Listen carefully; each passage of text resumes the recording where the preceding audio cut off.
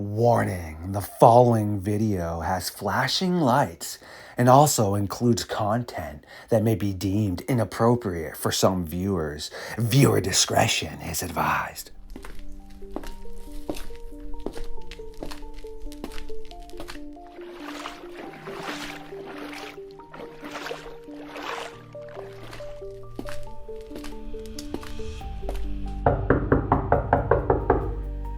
Dogman Teepee hunting, aka Phil.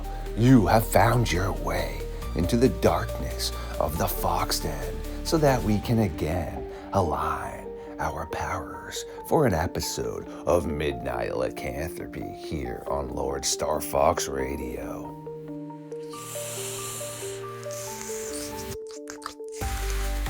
Absolutely delicious. Now that I am fully revamped, recharged, and ready to rumble, it is time for Dogman Teepee hunting and myself to take a walk into the madness.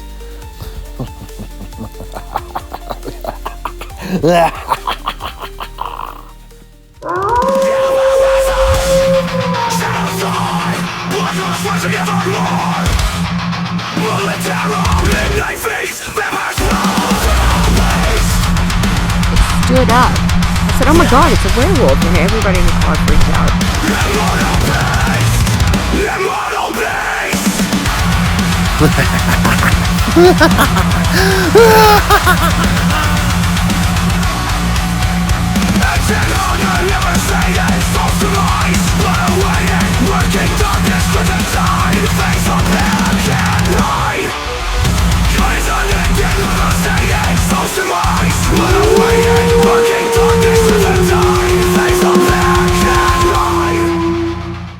My creatures of the night. Yes, once again, you are tuning in to Midnight Lycanthropy. We have Phil from Dogman Teepee hunting back in the fox den with us.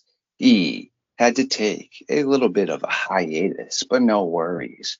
We will be churning out content consistently again. So please make sure to go over and check out his thread. The links will be in the description. And now it is time to sit around the late night fire and burn the timber into the early hours of the morning. Phil, how you doing, man? Yeah, good. Not too bad, thanks, Starfox. Pretty good now. Yeah, getting better, getting stronger. You know, my leg's healing. So for people out there that don't know, I had a recent surgery on my leg, so I'm just sort of recovering from that at the moment. So I do apologise, Starfox, that I've been out of action for a while, but I have been researching quite a bit, so it's quite good from that point of view. That's excellent, my friend, and no need to apologize. You got to take care of things you need to attend to. Being banged up happens sometimes, but hey, just got to roll with the punches, man. Get yourself better, and you always got a spot here, my friend, so no worries. What else you been up to? As I say, I've been a lot of it. It's impossible at the moment for me to get out in the woods or forests like I like to do, because I'm sort of like hobbling around at the moment on crutches. But it's allowed me a bit of time to, because in this in the stuff that we do, I don't think a lot of people realise just how time intensive posting videos and posting material and researching takes. I mean, you know better than anyone how time intensive it is. You know, the editing, the research, the collaborations that you have, because you've got a fantastic team. And I just want to say as well, thank you so much for your patience, because I was off for a good 4 or 5 weeks, and I do appreciate both you and your show and your patience you've had with us. I do appreciate that. Yeah, of course, man. You're a friend, bro. I mean, like I said, no worries and no need to apologize, and you always got a spot here. Life happens sometimes. Unfortunately, duct tape and super glue only works on so many things. Sometimes you need to, get a little bit of a tune-up. No, so I'm getting better, and I'm just pleased to be back. and kind of like this is my first show, so I'm really, really pleased to be back with you guys, and hopefully we can push the boundaries a little bit further, and I can delve a bit more into link ups with Dogman, werewolves, a bit more on a paranormal link up as well, and witchcraft I've been studying as well, so a lot of witchcraft where it's what I really wanted to mention this week. I'm was brought up Christian, okay. It is just research I've been doing on a popular saint that everyone has hanging around their neck. A lot of people have hanging around their neck, especially people that travel a lot. And who I'm talking about is St. Christopher. So it's the second most widely used symbol or worn symbol by people, other than the crucifix itself. And while I was researching, I found that not in the Bible, but in both Russian manuscripts, Greek manuscripts, and also in drawings, St. Christopher is depicted and is written about as originally being a Cynocephali, that is, a dog-headed person. Now this set my mind racing, and I thought, wow, okay. Now the story of the original in the Bible story of St. Christopher, because there's a lot of mystery surrounding him, really, but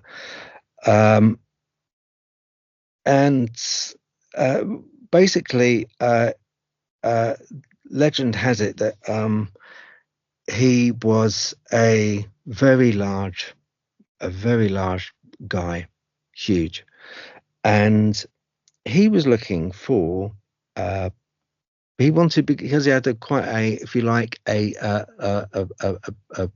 quite a large ego, and he wanted to work for or be in service for not just a king, but he wanted to be in service for a king of kings, the most renowned king there was, and he found one, and there was a he got approval by the king, because there was a very fast moving river, and he said, look, I tell you what, you're such a big guy,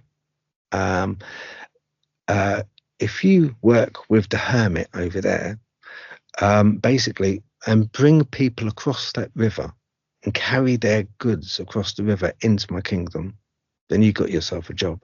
And I am basically, minted, yeah, because this king was like kind of, had everything he could possibly want.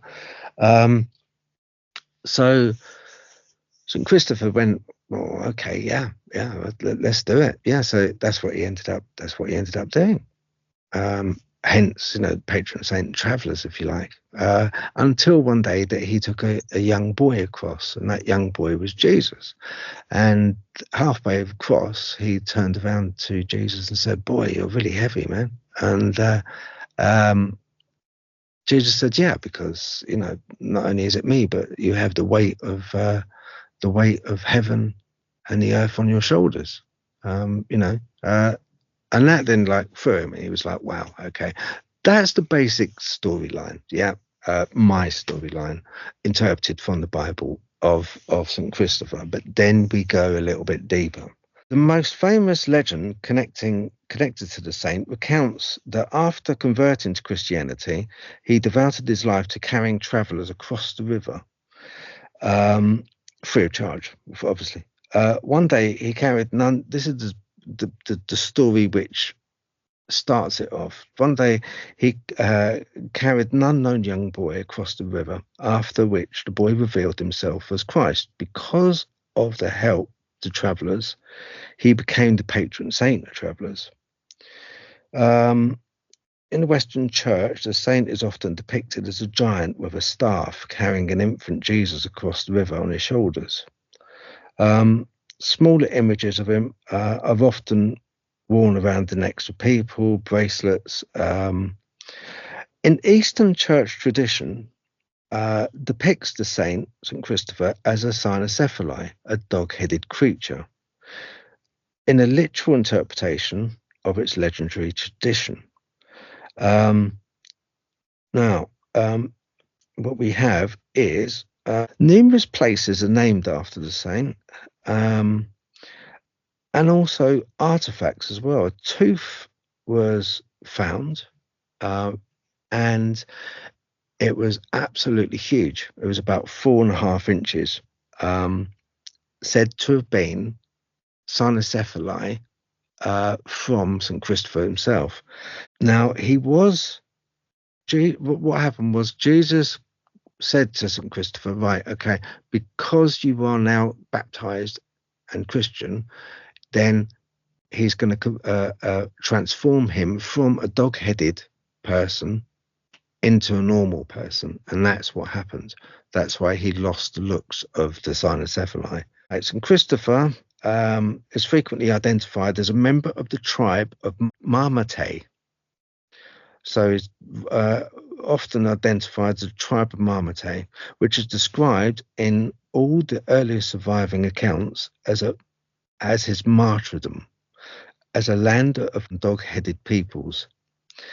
The origin of the cult of St. Christopher, the Greek tradition came to interpret the passage absolutely literally, and that is why Byzantine icons often depict St. Christopher with a dog's head. The Latin life of St. Christopher delves ultimately from apocryphal accounts of the adventures of the apostle who, in their wanderings of Parthia, came across a dog-headed creature who calls himself abominable. He didn't like the fact that he left his tribe, Marmatae tribe, and when he went wandering before he met this king, he resented the fact that he looked the way he looked. He wanted more than just to be a Cynocephali. He was a one-off. He was like a loner. And he considered himself abominable in looks. And it struck a profound desire to become Christian within him, being renamed Christianus, and acting as a guide in subsequent adventures. So he went on quite a few adventures. In some of these legends, the dog-headed person is rewarded with human appearance upon baptism. The characteristic of Cynocephali describes the head of a dog upon a human body. The trait upon which there are several variations with representation showing up in several cultures and legends tells a human form with a dog-like head have been told from ancient Egypt to ancient Greek, medieval and Christian stories. These tales elicit both fear and fascination, are like an ancient form of monster tale, often invoking the idea that Cynocephali is not just a myth or legend, but an actual race of creatures living here on Earth. The appearance of Cynocephali in stories throughout the age illustrate the ubiquitous nature of the creature and the flexibility of an image that continuously reoccurs with a similar appearance but varying stories. So when you have a little look, you can find online that St. Christopher and the medallion often has a dog-headed St. Christopher on it. Now, a bronze St. Christopher medallion, St. Christopher's gigantic tooth. In the late Middle Ages, a claimed large tooth of St. Christopher was delivered to the church in Vercelli. Vercelli, I believe it must be Italy, I guess. So pilgrims came from all over Europe to look at this relic until the end of the 18th century, when a naturalist, unnamed naturalist, was commissioned by the church, funny enough, the Catholic Church, and the tooth was deemed so big, it was a hippopotamus tooth. But a lot of people have said that it wasn't as big when you saw it as a hippopotamus tooth, and they believed that this naturalist was paid by the church to call it such, to dispose of it, and it was never been seen since. The tooth was then removed from the altar, which was because it was venerated. This tooth in the church was venerated as a St. Christopher tooth, almost pre-Christian, as when he was pre-baptism, when he was Cynocephali. It was his tooth. Someone kept it, and they donated it to this church, and it was venerated. Very interesting. But then, obviously, politics got involved. No, we can't have that. They got rid of the tooth. Never been seen since. But this is only the 18th century. It's a couple of generations ago. Not that long, really. So all of these like stories, all these accounts, I've picked and taken from an awful lot of different libraries, online libraries. They're all kind of like picked, but they all have a single thread. They all have a single sort of like a thread of, I wouldn't say truth, but they have a thread of a story which all relates. Because I've got accounts here which are from Greek to Hebrew to later on Christian, but they all kind of meld and mold together, even though they're thousands of miles apart, which makes me think, it kind of the thought of, and when you look up about St. Christopher, and you can very often see in a lot of the older medallions, he has got a dog-headed face, which, to be venerated as a saint, which he is in the Bible, but still have that affiliation with his past, and still to have medallions minted with, pressed out with that. When you look at the Cynocephali and you look at old carvings and drawings of them, they had clothes like robes. A lot of them had almost a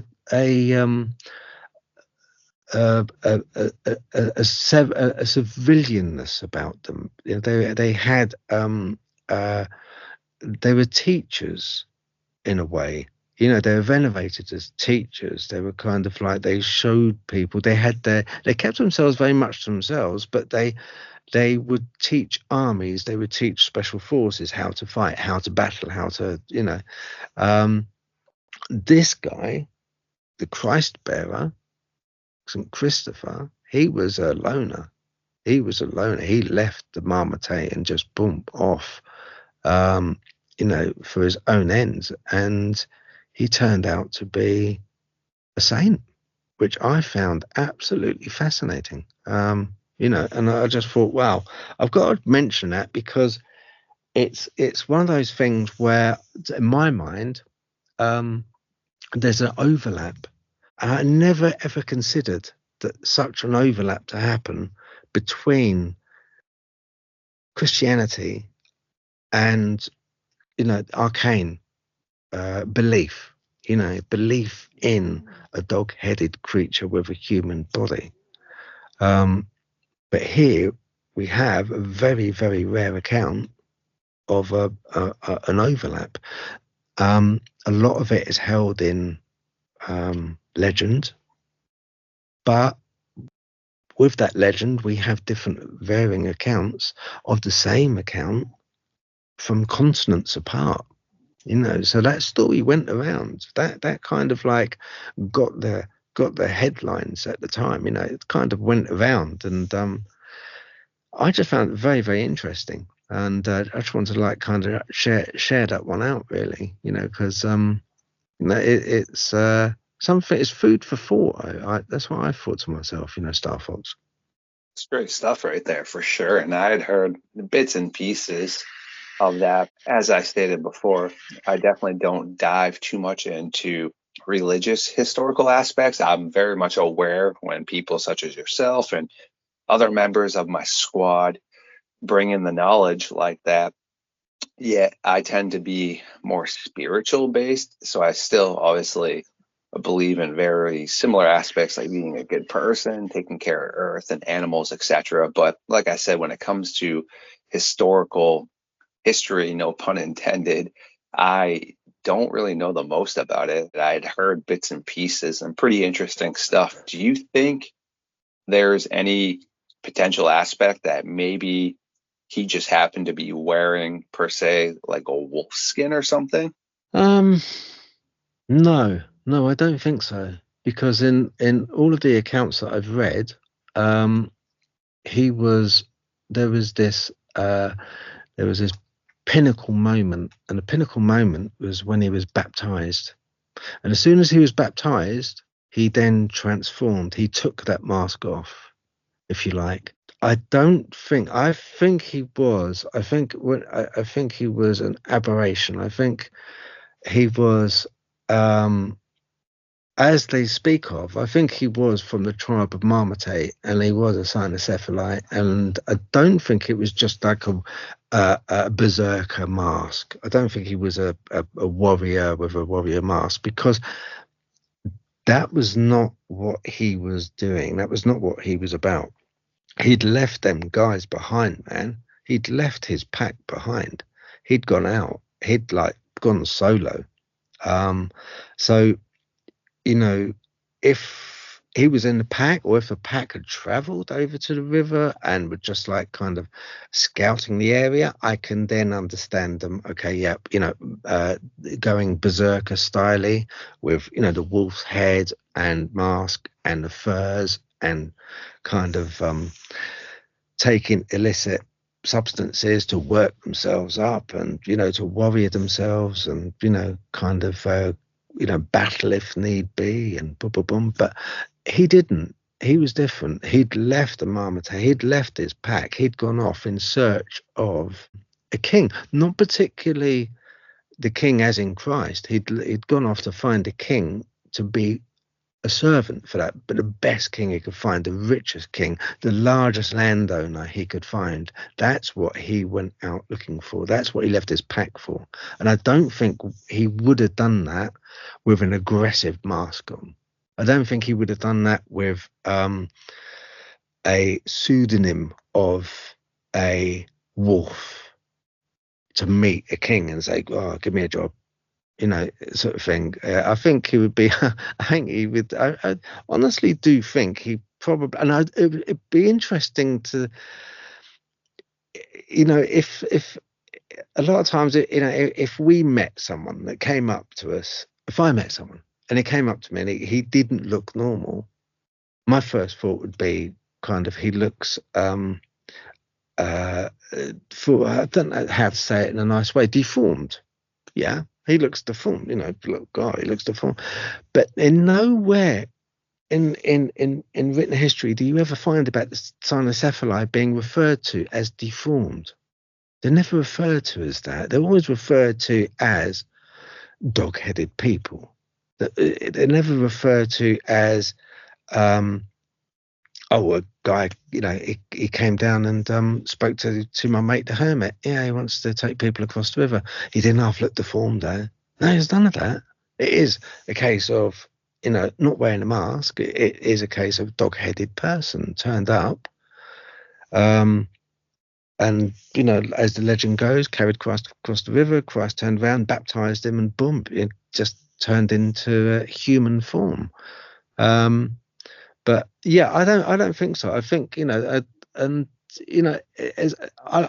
do tend to sort of try, because I think a lot in the past has bearing on our present. Because a lot of times that's what we have to go on.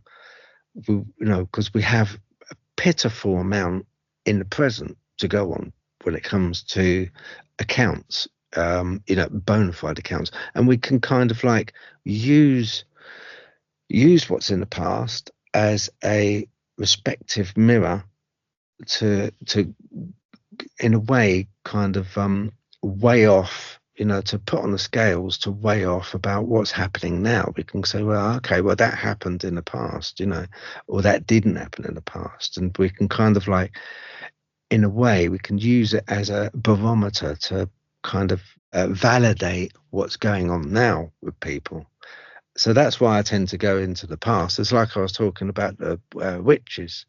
in the past than the imps and the animals they used to, use. And they said that, they had these creatures which done their bidding. And the creatures could be things like, like your own squirrel, or things like birds or mice or rats or cats, or because everyone knows that a witch has a cat, but not necessarily. That was a fallacy. They very rarely had cats to do their bidding. A lot of times they had dogs to do their bidding, but also an awful lot of times when a witchfinder, like Matthew Hopkins or John Stern, witchfinders, they would go and interrogate. They wouldn't just go and torture a witch. They would go and question a suspected witch, because that suspected witch would be Jane Doe next door, a young, quite attractive, not an old crone, quite attractive young lady, maybe with children, maybe married, who just happens to have a falling out with a landowner. But we have documented proof of this going on. When you read about the documented proof, saying that they had a dog-headed person come to the door who worked for Satan and spoke to them, and they signed, using their own blood, they signed a pact with the devil to do his bidding. Then you kind of you start scratching your I start scratching my head, and I see a correlation. I think, well, why, if anything, of any animal would you say that? Why would you say, with they speak very widely of the type 1 Dogman, a quadrupedal, red-eyed hound of hell that frequents cemeteries, and very often in witchcraft, which is very often say about the hound of hell, and if you do anything wrong or offensive to me, then the hound of hell, and all you've got to do is, if it sees you and stares at you, then you've had your chips. That's it. You're a goner. You're cursed. You're boom, done. So these things in the past very often have a correlation with the present, and I like to use them because it kind of gives me a bit of a bit of a barometer, a bit of a scale to go by, because I don't take everything to be and it's foolish, absolutely foolish, to take everything on literal basis. But if you kind of just you surf the tide, you kind of surf the wave of the general direction it's going in, it's all pretty kind of it goes in a pretty much the same direction, and you kind of think, well, so this thing with Cynocephali, this thing with black dogs, witchcraft, it has quite a strong correlation between it, and how deep it goes with the witchcraft, in essence, I think it goes quite deep. I think it's something which manifests and can manifest and works with a lot of witchcraft. I think these black dogs do, the type 1s, because very often they're mentioned in books and grimoires and other such manuscripts. So yeah, I think it's an absolutely fascinating subject, and I mean, how do you feel about the whole thing of black dogs, hellhounds, phantom beasts? From that point of view, they very often disappear into nothing. These black hounds do. They frequent cemeteries, and they're very often seen nowadays. People often see them. Do you think, Starfox, that there may be a witchcraft link there? That's a tricky question right there, and great stuff. I definitely think when people talk about shapeshifting and werewolves, there's definitely that witchcraft aspect. I still can't really put my finger on where I think the Dogman falls into categories, because I have so many different cases where it solidifies it's actually real, just like a tiger, here in the same area we are. But then we have other ones that don't solidify that it's real, meaning like Linda Godfrey had a case submitted to her where somebody said it was like a bright blue, almost transparent, but seemingly was still here. But then, like I said, I have cases where people are saying that they literally watch it, grab their dog, rip it in half, and take off. Recently, I spoke to a woman that claimed she had heard weird noises out back. She went outside with her shotgun and saw what looked to be a wild man or some sort of canine-like man or something holding a dog, and the dog was like obviously in terror, but the thing had its hands around the dog's snout, growling at her, and she fired at it, but then it just ran off. That's what I mean about the different potential aspects of that. And I've also heard some things where solidifying it could just be more or less like a guardian in certain aspects, meaning like you shouldn't be here. They tend to basically escort you out of the area, maybe as you drive past this graveyard, which is like sacred land or something. I don't know. I still can't directly figure out the correlations, meaning, yeah, the dark magic is bad, but some of these other ones, could they just be potential guardians? But you also made another good observation, as we are starting to come to home plate here, about being used by other entities. And I'm just going to make a joking reference here, because anyone that knows me knows that throughout life I was an actor, a model, used to get stereotype casted as vampires all the time. My girlfriends always said I looked like Twilight characters, True Blood, so whatever. Fast forward, I played into that mystique. It's part of my personality now, my demeanor. And Starfox, when it comes to vampires, same thing, man. If you want to create another vampire into your brood, you do it. But if not, you can completely drain the blood of a victim, and then it becomes a ghoul, meaning it just pretty much does what you want it to do, almost as the same consensus of necromancing. Interesting stuff. That is, yeah. I mean, the whole vampire world is like so popular. Right? It's just incredible, and it's like kind of getting more popular. I was watching a well-known, I won't mention a TV, it's American TV series that has just started up from it's a kind of like a spin-off of the Diaries. If I say that, that's enough. I think people know it's a spin-off of that one. Yeah, and it's got vampires in it, it's got werewolves in it, it's got like, and the whole thing is done so well. And I was talking to a friend, and I said, because I met a head vampire once, and I was talking to him, and he was saying, because I said, look, you don't actually can't drink blood, because you can't. Because if you drink blood in any great quantity, then your liver will just shut down. We're not built that way. It's too much, so we can't do it. But he was insinuating that they do.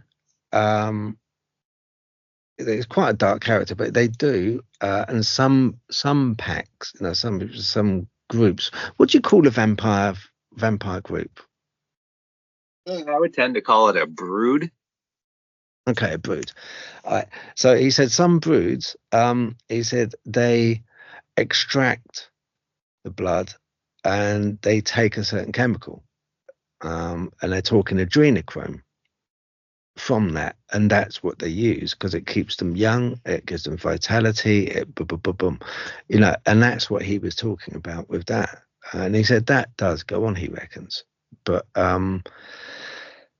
I've got an invite, funny enough, to go because they often go to some well-known caves over here, and they have things like, oh, it's so strange, you know. They got he said, oh, you'll love it, Phil. I was like, because I got on with him. I was like, you know, sort of because I don't judge anyone.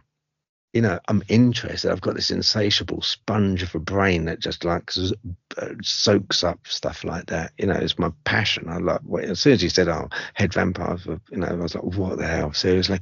Oh yeah. And you know, we are going to spend time together, brother. We're going to spend time. I need to know a bit more about this. And he was telling me some stuff. And they go to these caves, and a lot of them are quite well to do. And they got like this. He said, "Oh yeah, this band's playing." I'm not going to mention a band, but he's got this band coming to play in the caves. He said, "Yeah, we're going to have a really good time." He said, "You know, they've got a band playing. A lot of our members will be there. It's going to be a big day. You can mingle, have a." I said, "I'm not going to, you know, I'm not going to have to wear chainmail on my neck." He said, "No, it doesn't work like that." He said, "Not with us. It doesn't work like that." He said, "You know, with the way they work is if people they have volunteers that want to give to help that they if that makes sense.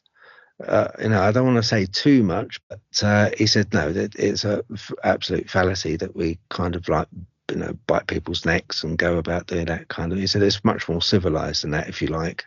Sort of, but yeah, essentially they do have the you know, that kind of like ethos in a way. They do use what's in the blood, but yeah, you know, it's an interesting world, man. Interesting world. Some strange people out there. You know, makes me look quite normal, and I'm not. Man, isn't that the truth, man? There's definitely some pretty bizarre people out there. Have you ever seen the movie Nosferatu? So I have not seen the new one. I've actually seen the original black and white one, which is definitely pretty epic. I wouldn't want to watch all silent black and white films all the time, but also I don't like the majority of movies that have action and sound all the time as well, meaning it can definitely be done in a very well and proper way that it's presented. You're going to chuckle.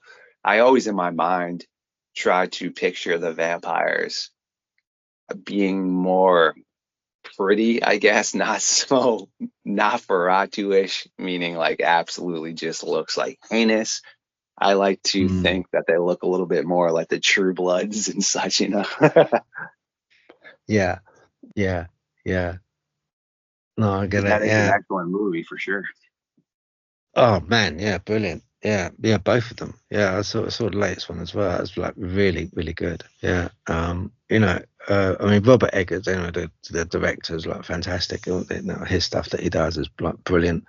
Yeah, he done another one called The Witch, you know, and I've got to give him kudos because what he done with The Witch when he done that film, they speak in old Puritan English the way they would have spoken of the day. So how easy would it have been to have written a script in our modern day language? You know, blah, blah, blah. It would have been so easy. No. He decided, no, what we're going to do, we're going to write it, taken from the old manuscripts, write it in the same essence, the same way as it would have been spoken back in the day, you know, and fantastic film. And once again, in that film, they had what was called Black Phillip, which was a goat.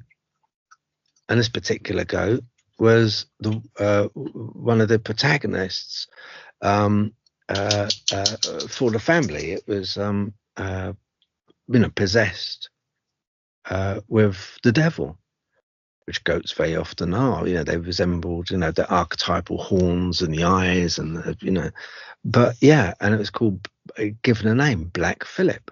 And when I was delving and looking into witchcraft and, you know, about the imps, especially imps being creatures which they use to do their bidding, one of the things which correlates a lot with the film, which was they they have to give these imps, these creatures, however big, however small, they give them names.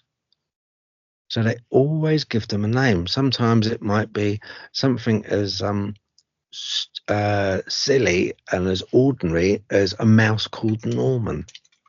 You know, it'd be kind of like, you know, a rabbit called Clint. You know, it would be something kind of like, but they would have to be named. You know, as I don't know, it's interesting doing what we do. Essentially, dogman related. You can't get away from the fact that all through the years there has been this, you know, symbiotic relationship, very close relationship with animals doing our bidding, or animals representing a significant force, either good or bad, which we've interpreted from that said animal. You know, I mean, how many times do we kind of like see a black cat and the same old thing? See a black cat over here, you spin round 3 times and spit. You know, that's kind of the, you know, the done thing. It's the same with a black dog. You see you see a devil dog.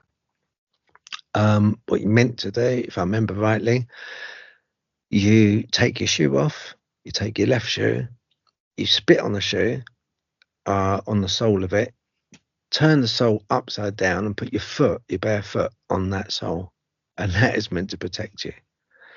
It's an old kind of like legend, wives' tale, but that's what in the old days they believed to do. You spit on the sole of your shoe, turn it upside down, the sole facing upwards, and you step onto that shoe, and that will help protect you from that hound, that devil hound with the glowing red eyes, and you know.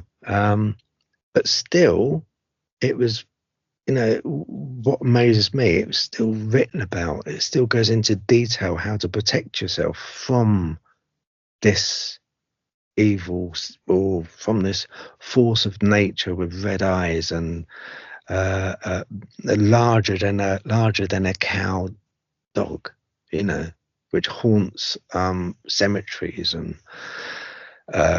burial mounds, and often seen digging. You know, it's just and the stories go on. There's stories of shapeshifters where you get over here. There's been a few stories of shape-shifting witches. So you get these witches. There's one famous one, which is in Yorkshire Moors, it was, I believe, and it's quite famous because it was a certain member of the royalty that went hunting years and years ago. This is like in the 12th century. But it's written about story, you know, it was being witnessed and was written about, and you know, by being documented. That was the only way they could document things back then. But they went to the trouble of documenting. It's a bit like with when I was talking about St. Christopher. Yes, it's legend, but it's still documented legend. May not be entirely true, may not be true, but someone's gone to the trouble of doing that. And it's not for the sake of don't let your children out, you know, at night too late because, you know, St. Christopher will get you. That's not the kind of thing it's pointing towards. Anyway, this witch is said to have shape changed, and when she shape changes, shape changes into a large black dog, huge black dog that roams the moors and looks for victims. And yeah, that's one which it was told in a story that it came across this party hunting, this black dog did, and they knew of the witch's curse, and the witch, you know, and they saw the dog and they knew it was the witch, so they defeated it, chopped its head off, stuck it on the spike of a tower, and yeah, that tower is quite a famous tower over here, and interesting story. Very interesting story. So much so that it was spoken about in a Doctor Who episode once. The episode was about Queen Victoria, and because in the ensuing battle with the black dog, which was it walked on two legs, so it was basically a werewolf type thing or dogman type thing, which was a witch shape changed. In the ensuing battle, it scratched or injured one of the party, and that one that it injured was of royal blood, royal descent, and at the time, hundreds of years ago. But then in a Doctor Who, they brought it up in a Queen Victoria episode because of in that episode, the royalty had changed. The royalty changed into werewolves because of that going on in the past. So the writer who wrote it knew the story and used it in the program to say, right, okay, it could be that the bloodline, the werewolf bloodline carries on in that family, and that's why the Queen Victoria changed into a werewolf. So it's all these like kind of stories of the past have a correlation, a very strong correlation with the present, and it's, I find it absolutely fascinating. So yeah, it's one of those things which I'm quite happy, finding out, because I think we do get little keys, little glimpses of, and I'm always hoping, to be honest with you, Kenny, I'm always hoping that I'm going to find that one key that opens it all up, in the past, that opens up the present and thinks, right, okay, there's a correlation there that is bang on. There we go. That's why it happens. That's why we see these dogmen running around. But who can say? I mean, once again, it's the instances of people seeing werewolves. The description is very different to dogmen. So I think the werewolves go back a lot longer, a lot further in history from what I've seen on manuscripts. The description of them, it seems to be more werewolf than the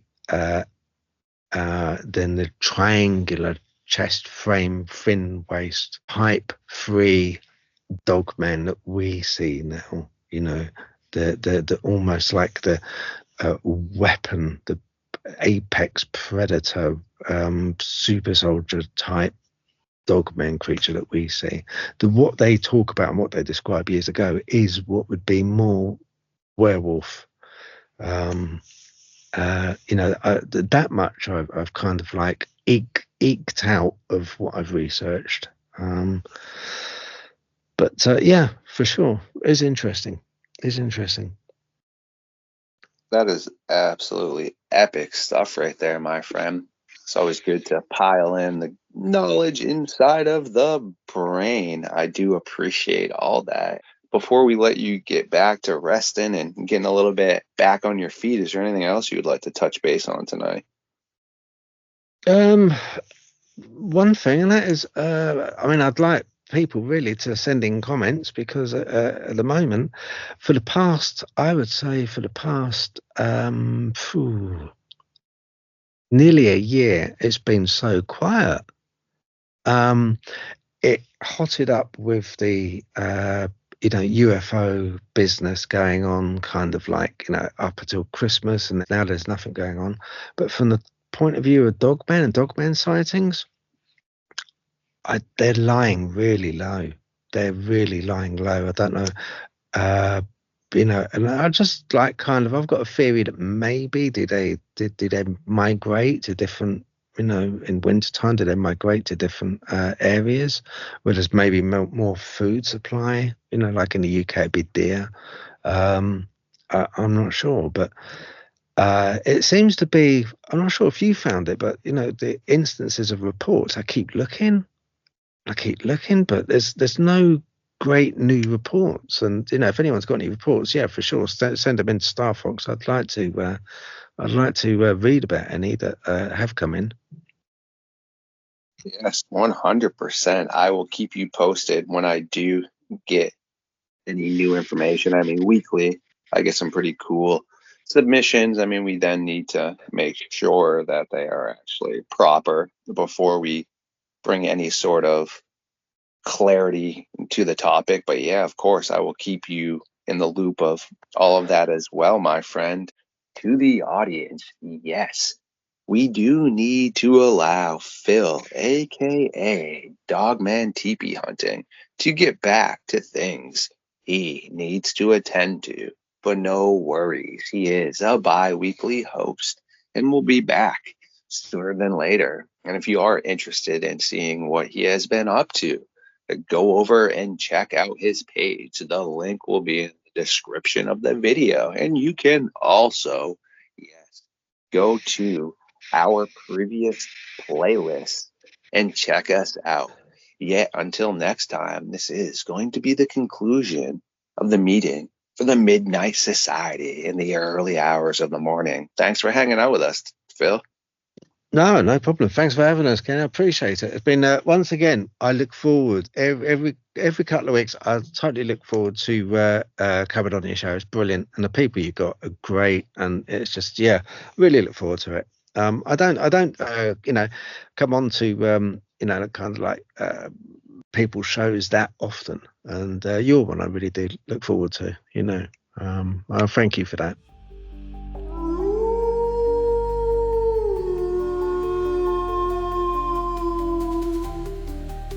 Ooh, my creatures of the night, I do adore every single one of you, and thank you for tuning in again. If you did like this episode, please comment, subscribe, share it, feed the algorithm, and I will catch you very soon.